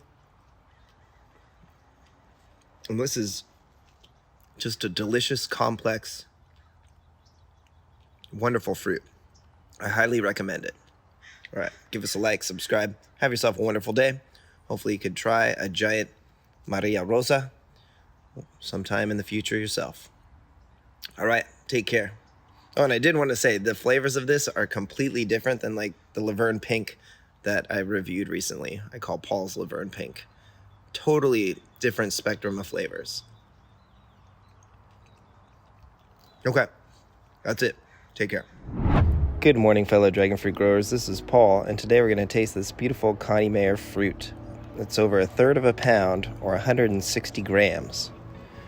And it was pollinated back on June 17th. I want to say thank you, Kane. We swapped some pollen for some fruit. He gave me these fruit, and I gave him some fresh pollen. So it looks like this is an awesome swap. I'm excited to taste this fruit. Well, actually, I did already taste it. So he gave me 2.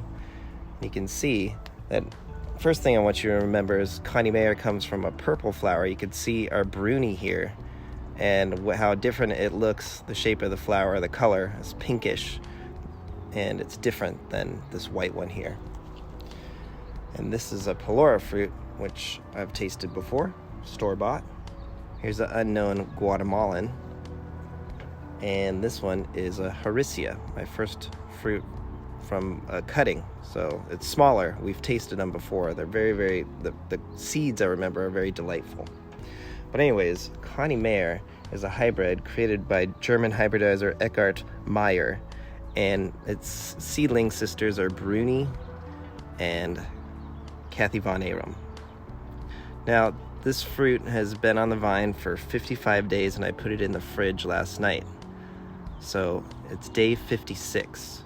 And this first fruit I tasted just a little bit, and it bricksed at a 19.1. Now, the larger the fruit, usually, the higher the bricks. So let's cut this one open and give it a taste and show you beautiful Connie Mayor. Now, I've tasted Bruni, and this tastes very similar. So I don't notice much of a difference. You can see that the seeds have not really germinated yet, which is a good sign. Once you hit past day 60 or so, that can happen, especially with these hybrids. And let's see how it tastes.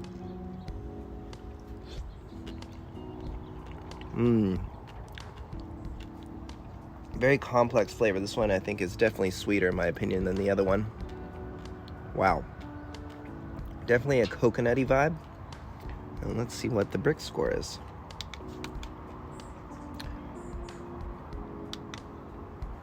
Oops, I'm getting too excited. So it is a white-fleshed fruit. Oh, it needs to cover it. There we go. Okay.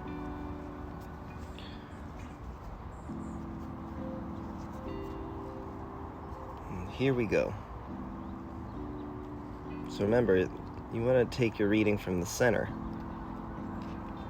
and you just want to extract the juices.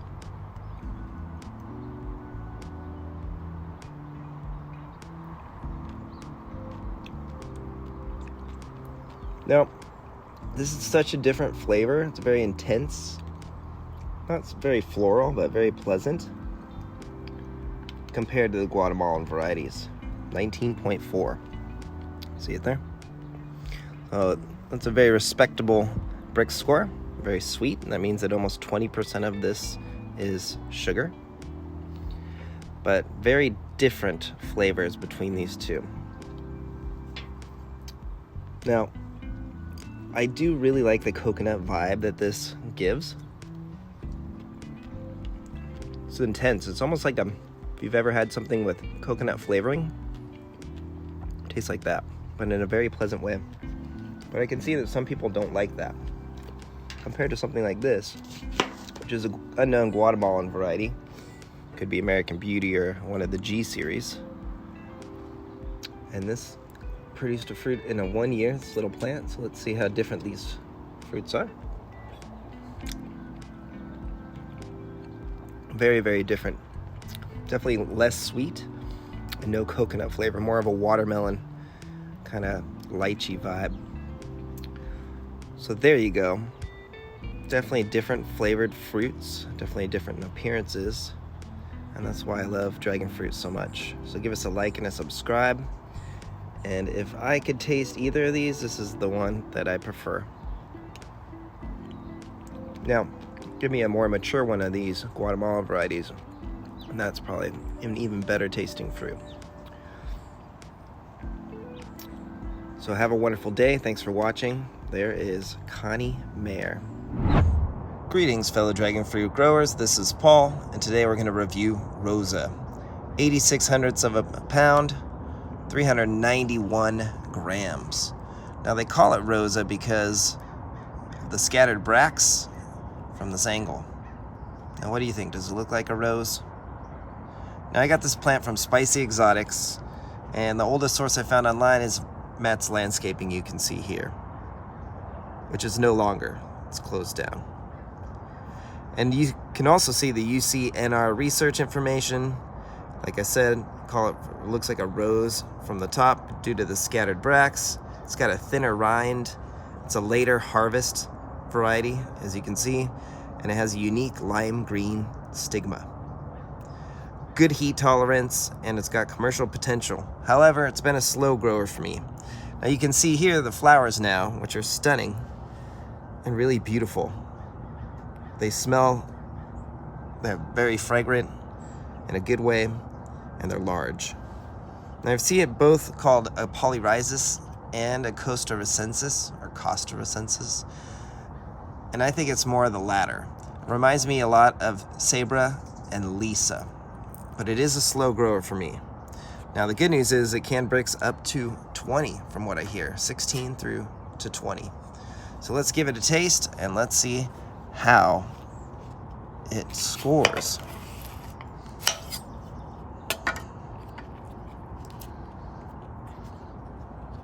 Beautiful red flesh.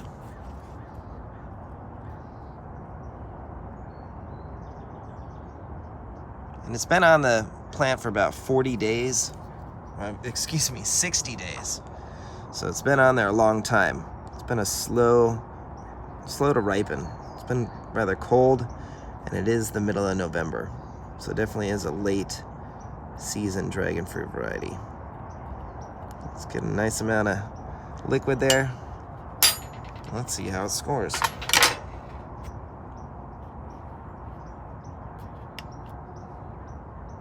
It's a beautiful red color.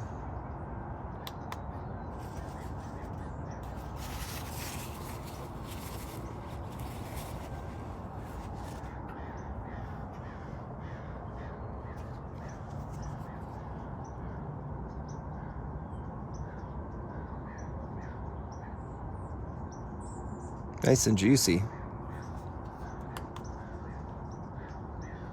16 2/10.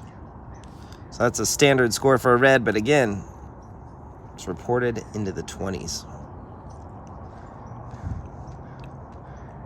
Wow. This is a delicious dragon fruit.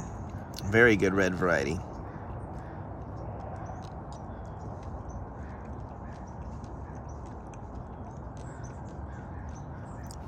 Definitely a red I want to keep.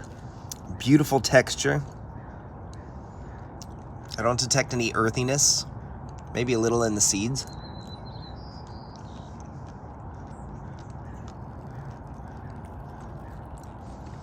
Not so much raspberry like Linda's Orejona. This is more of a strawberry,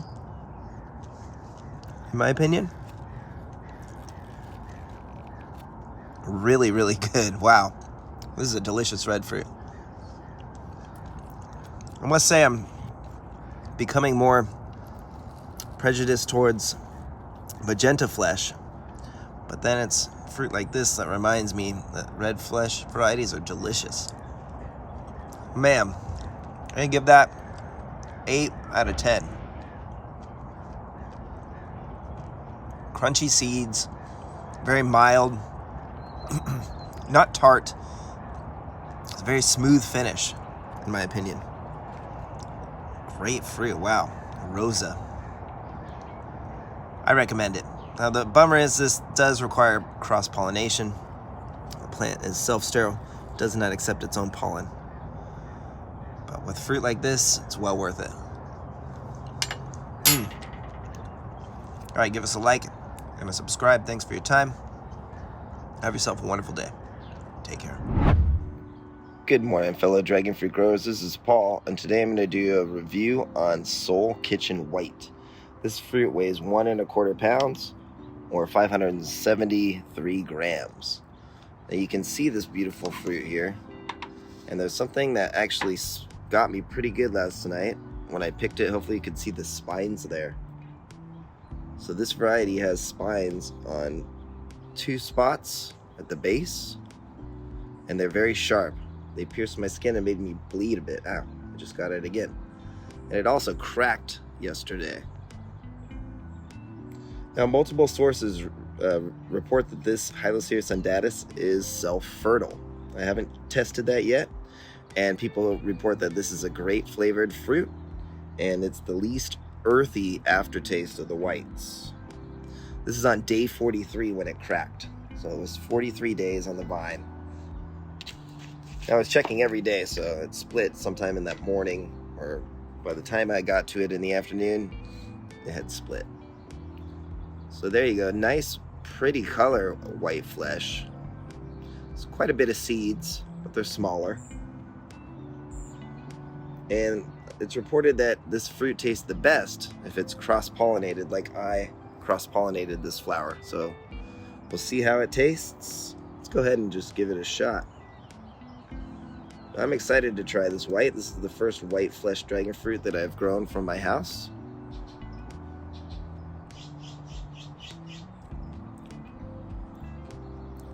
And it's decent. It's got kind of a lemony flavor, so it's definitely not that sweet. And it's enjoyable. A lot of people say, a lot of growers use this just for a pollen source in their collection.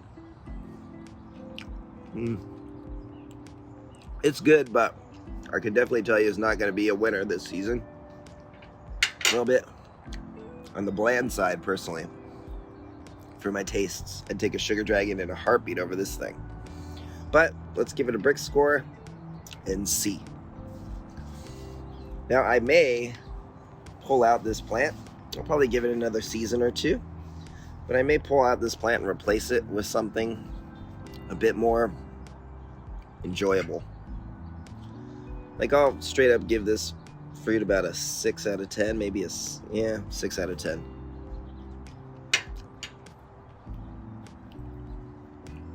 So I would not grow this one. I would not recommend it. Maybe in a year, just 2, when the plant's bigger, it's gonna be sweeter. But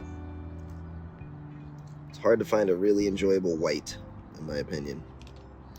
All right, let's read this.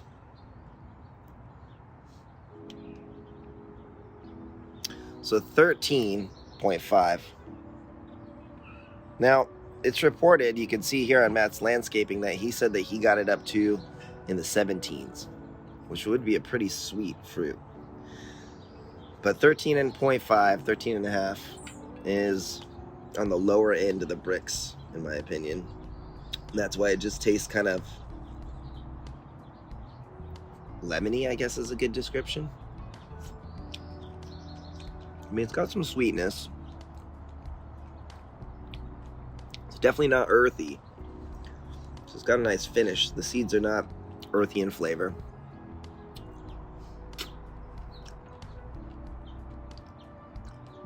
It's kind of like a slight lemony vibe. Melon and lemon. I'm liking it more and more as I eat it. But again, I'm going to give this like a 6 out of 10. There's much better dragon fruit out there than Seoul Kitchen White. So there you go. Give us a like and a subscribe. And hopefully I will continue on my quest for better tasting white fruit. And hopefully we can check back with something much sweeter in the future. All right, have a great day. Thanks for watching. Take care. It is a beautiful fruit. Good morning, fellow dragon fruit growers. This is Paul with another fruit review, and today I'm going to review Cebra. It weighs in at 1 1/4 pounds, slightly above that, 581 grams. Now, this is the first fruit I got off of the plant, and I've been growing it for 3 seasons now. So it's a nice sized fruit. I'm excited to taste it.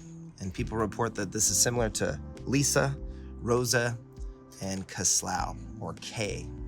So let's cut it open and let's see what it's made of. Beautiful red fleshed fruit, as you can see. This might be picked a little early, but it's also December because you can see the skin's still pretty thick. Now this can breaks up into the 20s, so I'm interested to see how this one scores today. So let's test it out.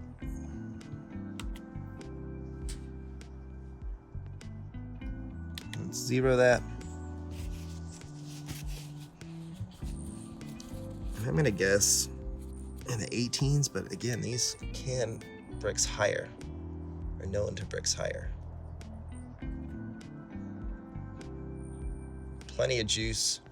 It's not very dry, which is a good thing.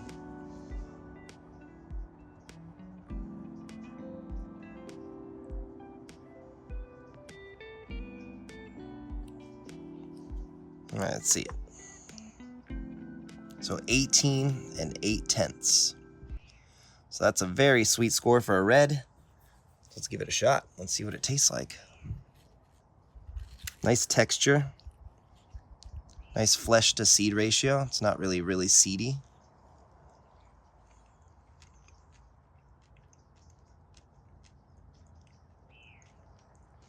That's really good. This is the best red I've had this year. Even better than Kesslau in my opinion. Really sweet. Wow. It's like a sweet raspberry.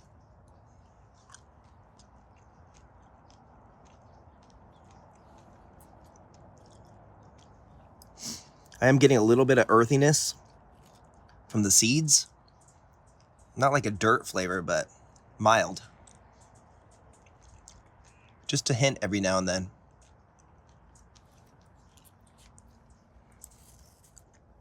But this is a delicious red flesh fruit. I highly recommend Lisa, Cebra, Rosa, Kesslau.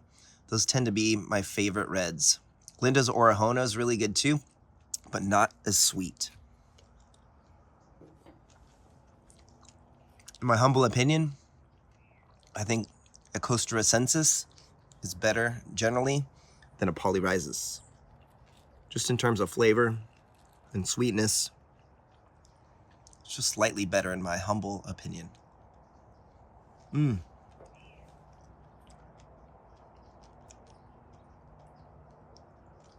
Really enjoyable dragon fruit. I would give this an 8.5 out of 10. And it's weird, only sometimes I get an earthiness to it, and it must be just if I crack open a seed with my teeth just right or something.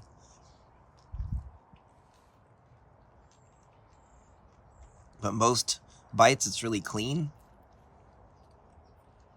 Like that one, I tasted zero earthiness. So it must be in the seeds. Let me see if I could just get a couple seeds just to try to target that earthiness.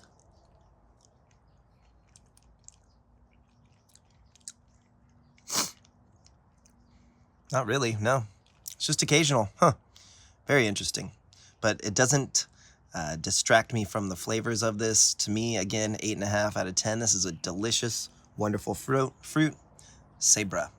You can see, be careful. It can stain things. It can stain your fingers or probably even your granite countertops. All right, give us a like and a subscribe. Have yourself a wonderful day. And hopefully someday you'll get to try this lovely dragon fruit variety called Cebra. It's very similar to Lisa. All right, it's native to Nicaragua, by the way, if I didn't say that. So this is one of the 6, or technically I believe there's more like 8 that came up from Nicaragua, and this is one of them. All right, thanks for watching. Take care. Good morning, fellow dragon fruit growers. This is Paul, and today I'm excited to do a taste test on this variety we call K, or Kesslau fruit. Now, if you remember, we moved this entire plant earlier this spring, and now it's at my house. And then you remember that it had an epic bloom that we showed a little over a month ago.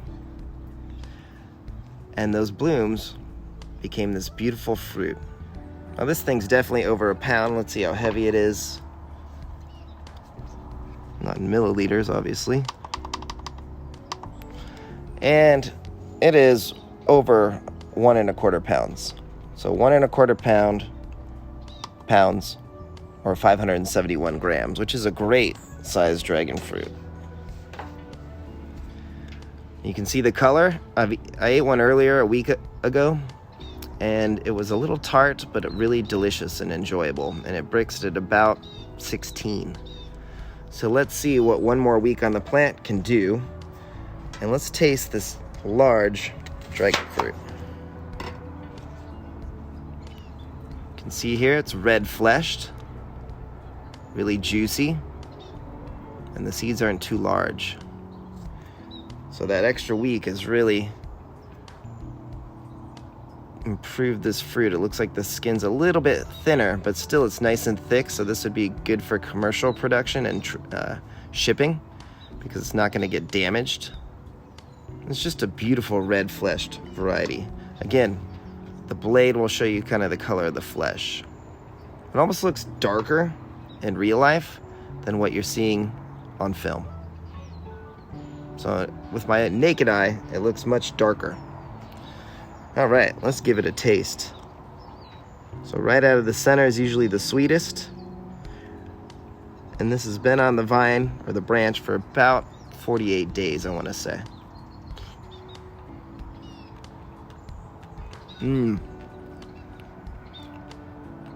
It's sweetened up a lot in the past week, but it still tastes like crushed raspberries. That's what I would describe the flavor profile of this fruit so far. Let's give it a Brix. Let's see if it's scoring high. And this will indicate what percentage of the fruit is sugar. And in my opinion, anything above 15 is good. I've had some up in the 20s, and those are very sweet. Like a Pelora I've had up in 25, and my friend had her sugar dragon up in the 28, 29 area, which is unbelievable. I'd like to try that myself. So you want to extract the juices out of the center, because that's where it's going to be a nice fair reading, and it tends to be a little sweeter. So let's read it. 18 1/10, which is a very respectable score. I bet it would probably get up into 19, maybe 20 if we left it on the plant a little bit longer. As you can see, it's still a little bit of green on the bracts. So I think I could have left it on a few more days, but 18 1/10 is a great score. That's the highest recorded K fruit so far, and this is the largest fruit on the plant. This is just a delicious fruit. And I'm not saying that because I have the big plant, but it's just enjoyable. I like it a little bit more than Orejona, and I like Orejona. It's just a little bit sweeter. The texture is perfect. It's not too dense. It's not too airy. It's just the right amount of everything. It's really a good balanced fruit.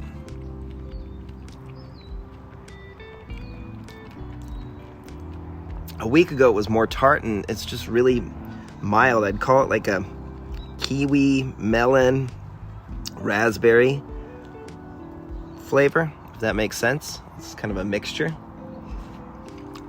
Maybe a little bit of blackberries. Zero earthiness on this. So wow, what a delicious fruit. I'm glad I have this plant. All right, give us a like and a subscribe. Thanks for your time. Have a wonderful day. Thanks for watching. Thanks for the support. And take care. And hopefully you can try a red-fleshed variety. Something similar to this, Lisa, Cebra, Orejona. But this is K. And it's definitely unique, definitely different, definitely delicious. All right, take care. Good morning, fellow dragon fruit growers. This is Paul, and look at Paul Thomson's 8S. Also known as Sugar Dragon because Linda Nickerson from Elk Creek Dragon Fruit renamed it. Now this is a hybrid of Houghton and Rixford, and this has been on the plant for about 45 days. You can see, here's the wiggle test. It's loose that way and that way. Kind of twists, so that's when you know it's ripe. Also, you want to wait at least a minimum of 40 days in my opinion. You can see the coloring is nice, darker red skin. And the bracts are kind of drying up just a little bit and the green is fading off of them. So that's when you know it's gonna be a perfect dragon fruit. So let me cut this, let me put it in the refrigerator for a bit, and let's go give it a nice proper review. So here it is, it's a 1/4 pound or 117 grams. Now, we can describe this fruit as deep red outside with a fluorescent magenta flesh inside. Now these will get up to 12 ounces. I've never seen them a full pound, but they'll get pretty close. All right, so let's go ahead and give it a cut, and let's see how it looks. Now it looks slightly overripe, so we'll see how sweet it is, but it looks like the fruit just is a little overripe in my opinion. I don't like it too much when it's this texture. I like it when it's a bit more softer and firm. Yeah, it's definitely a little overripe, but still delicious. I mean, I'm gonna really enjoy this, but I prefer to pick this at about day 42, something like that, when the bracts are still just a little bit more green. But it's still delicious, so don't get me wrong. All right, well, let's see how the brick score is.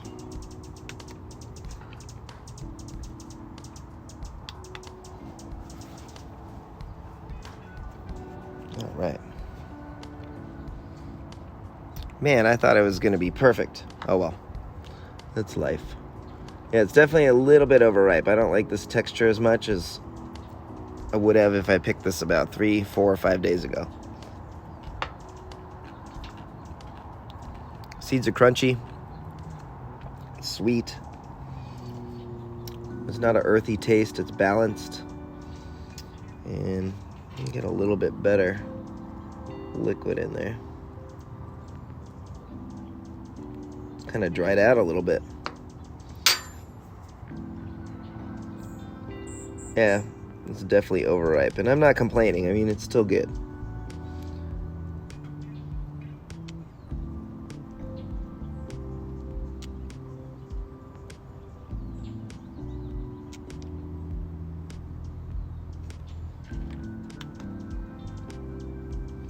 Okay, 19 7/10. Now these will get sweeter than that. My plant's younger. It's only 3 seasons old. So give it some time and it will produce an even sweeter fruit. But sugar dragon is definitely one of my favorite fruit. It's small, but the pollen and the fact that the universal pollinator and the fact that it's an early bloomer are key factors for me. And that's why I like this variety.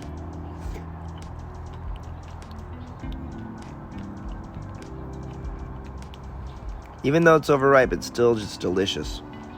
Really balanced. There's this like minor kind of soapy flavor is how I describe it. That's not a bad thing. Don't think that that's a negative thing, but there's just this taste in it that is just this, I don't know, I call it slightly soapy. You just get a hint of it. That's the only negative drawback I could think about this fruit. I still give this an 8.5 out of 10.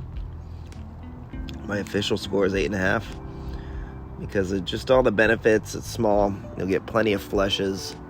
It's just an enjoyable fruit. So there you go, the Sugar Dragon. One of Paul Thomson's hybrids, 8S, and it's been renamed by Linda Nickerson out of Elk Creek Dragon Fruit. Beautiful variety. All right, give us a like and subscribe. Thanks for your time. Have yourself a wonderful day. Good morning, fellow gardeners. This is Paul Thomson's number 7. Now this dragon fruit is similar to Sugar Dragon, and it's on a cutting, as you can see. Now this plant in Paul Thomson's book says that it's a little bit different than Sugar Dragon because it will produce one or two thorns. And you can see he calls them black spines, 1/8 of an inch long, or two spines that are 1/16 of an inch long, and the plant will get horny in time. So it's similar to sugar dragon, but it will get more horny as the plant gets older. So I have 2 cuttings, and this one insisted on producing a fruit. You can also see in Paul Thomson's book, he had a picture of the fruit, and I think mine's a little less plump, probably because it was again grown on a cutting. So I'm interested to see what this is like compared to sugar dragon. You can see they look a little bit different when next to each other. And I'm excited to taste this little guy. So I'm gonna put this in the fridge and let's have a taste in a little bit. Now remember, Danny says that you always want to cut it in a V when you remove a fruit if possible. And the reason why is because the plant will heal and water won't sit in here and cause rot, especially in our wet winters in Southern California. So when you do a V cut like that, the water, it will callus over and the water will not stay there. So that's what you want to do. All right, let me put this in the fridge and we'll give it a taste and a weigh in just a little bit. Okay, so here we go. Now this is a small fruit, but it should still pack some flavor. It does look very similar to sugar dragon.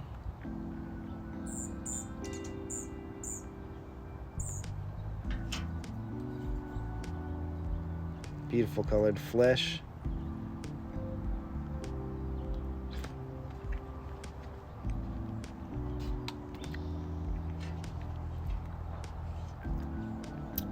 Taste is very similar to sugar dragon in my opinion.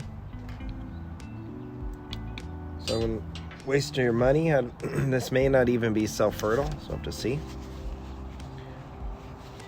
I don't think this is quite as sweet as that Arizona purple. Let's see.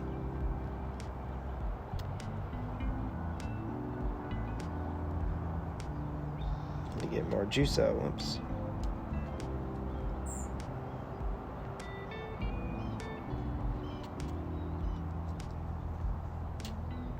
And again, you want to get it right out of the middle.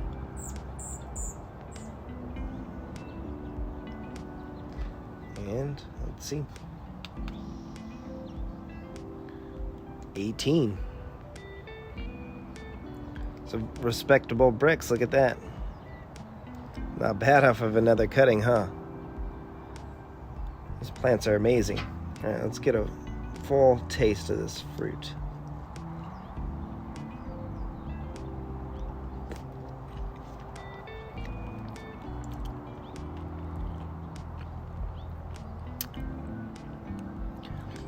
Very, very similar to sugar dragon in my opinion.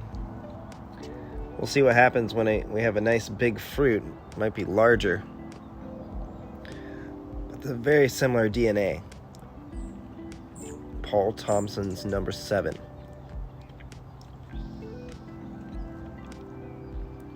The flesh might be a little bit lighter in color, but that's about the only observable difference I can see. Wonderful. All right, there you go. Give us a like and a subscribe. Thanks for your time. Have yourself a wonderful day. Take care.